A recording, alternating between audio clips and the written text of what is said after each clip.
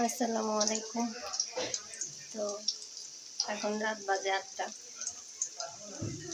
আপনাদের ভাইয়া এখন আসছে। তো আমি ভাবছি যেহেতু ৮টা বেজে গেছে আর হয়তো কোনো নাস্তা টাস্তা খাবে না, আমি আর কিছু বানাইনি। কিন্তু সে এসে সেই নাস্তায় আমাকে দিয়ে বানাচ্ছে। তো আজকের ব্লগটা এখন রাতে শুরু করলাম। সবাই দেখতে থাকুন আর অবশ্যই লাইক কমেন্ট শেয়ার করবেন। আপনারা কেউই আমার ভিডিওতে সাপোর্ট করেন না, আমি জানি না কেন। আমার লং ভিডিওগুলো আপনারা সবাই ব্লগগুলো দেখবেন, আশা করছি ভালো লাগবে। আমি আমার সংসারের টুকটাক গুলোই আপনাদের সামনে তুলে ধরি। তো সবাই ভিডিওটা দেখতে থাকুন আর আপনাদের সাথে আমি শেয়ার করতেছি আপনাদের ভাইয়ের জন্য কি নাস্তা বানাইতেছি। তো চলেন দেখাই। এই যে দেখেন, এখানে পেঁয়াজ ভাজা হয়ে যাচ্ছে। এখানে ছোলা ভাজবো আজকে। আবার পেঁয়াজুটা বানান, কারণ পেঁয়াজু যে ডাল বাটা ফ্রিজে ডিপে রাখছি গতকালকে বেটে। কারণ আমি যেহেতু অসুস্থ, আমি প্রতিদিন বাটতে পারবো না, তাই কালকে একটু বেশি করে বেটে ডিপ ফ্রিজে রেখে দিছি। তো যদি সে আগে বলতো তাহলে আমি নামাই রাখতাম, এখন ভেজে দিতাম, বাট সে আগে বলে নাই, সুতরাং কিছু করার নাই। এখন শুধু ছোলাটাই ভেজে দিব। ছোলাটাও গতকালকে সিদ্ধ করে রাখছি, ডিব্বার মধ্যে হলুদ শেষ।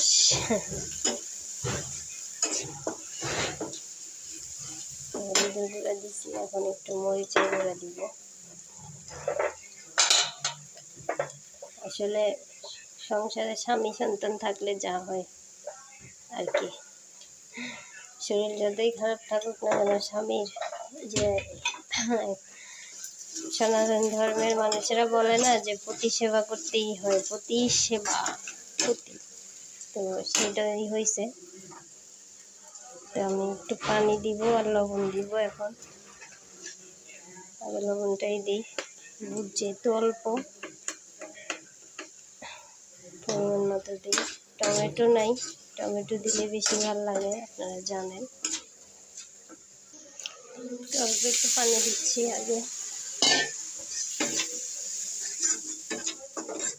এটার মধ্যে আগে আলুটা দিয়ে দিব আমি ভেঙে।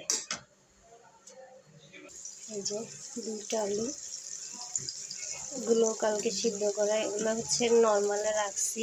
আমি জানতাম, মানে কালকে পর্যন্ত জানতাম যে আজকে রান্না করা লাগবে, কারণ আপনাদের ভাইয়ের প্রিয় নাস্তা এটাই, ছোলা বুট। ঠিক আছে, সেটা এমনি এমনি দিলেও, আলু ছাড়া দিলেও সে খাবে, তার কোনো প্রবলেম নেই, বুঝছেন। এই অবস্থা। একটু ধনিয়া গুঁড়ো দিতে হবে, এখন আমি আগে বুটগুলো দিয়ে দিব। তো ধনিয়া গুঁড়োটা তখন দিতে মনে ছিল না, এখন দিয়ে দিলাম, কারণ কাঁচা ধনিয়া পাতা নাই, ধনিয়া গুঁড়োটা না দিলে ভালো লাগবে না। এখানে হালকা একটু জিরার গুঁড়া দিয়ে দিলাম, অল্প একটু গরম মশলা, ভালো করে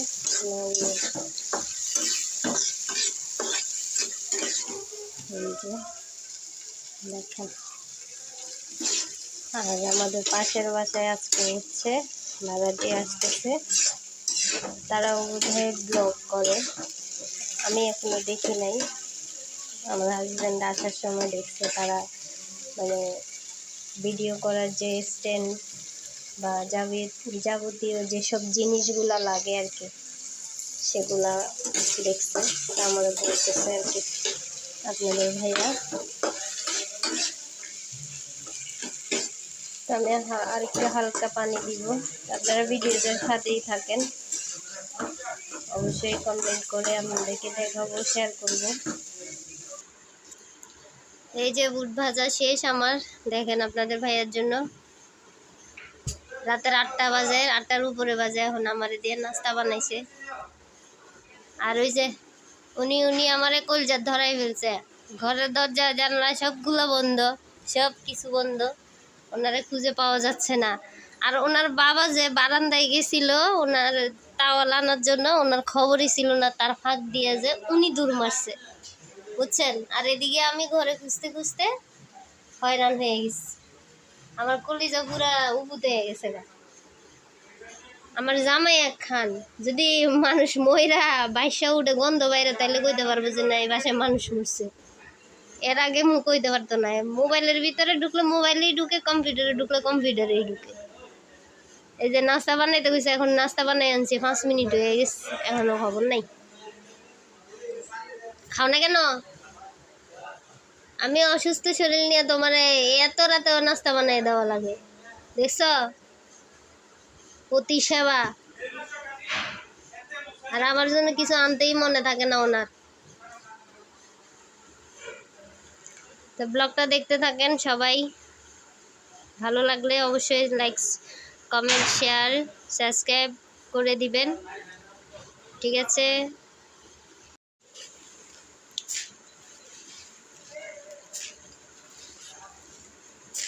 তুমি তো রাত্রে আর ভাত খাইবা না, এটাই তোমার নাস্তা। কালকেও এরকম নাস্তা বানাইছি, বুঝছেন? আমার রাখি একলা একলাই খাইছে, মানে আমি রাগ করছি খাবো না, আমি পেঁয়াজু বানাইছি, সে পেঁয়াজুগুলা সবগুলা খাই ফেলছে। তার জন্য আলাদা বানাই দিছি, সেটাও খাইছে। আমার জন্য আলাদা 3টা বানাইছি, ওটা একটু পুড়ে গেছে, হেরে হেরে দেখ, মানে বাটির মধ্যে আমি রাখছি, আমি খাবো। মা আসি দেখি যে মা এটাও সাবার করে লাইছি, আমার লাগে একটা পেঁয়াজু রাখে না। কি লোক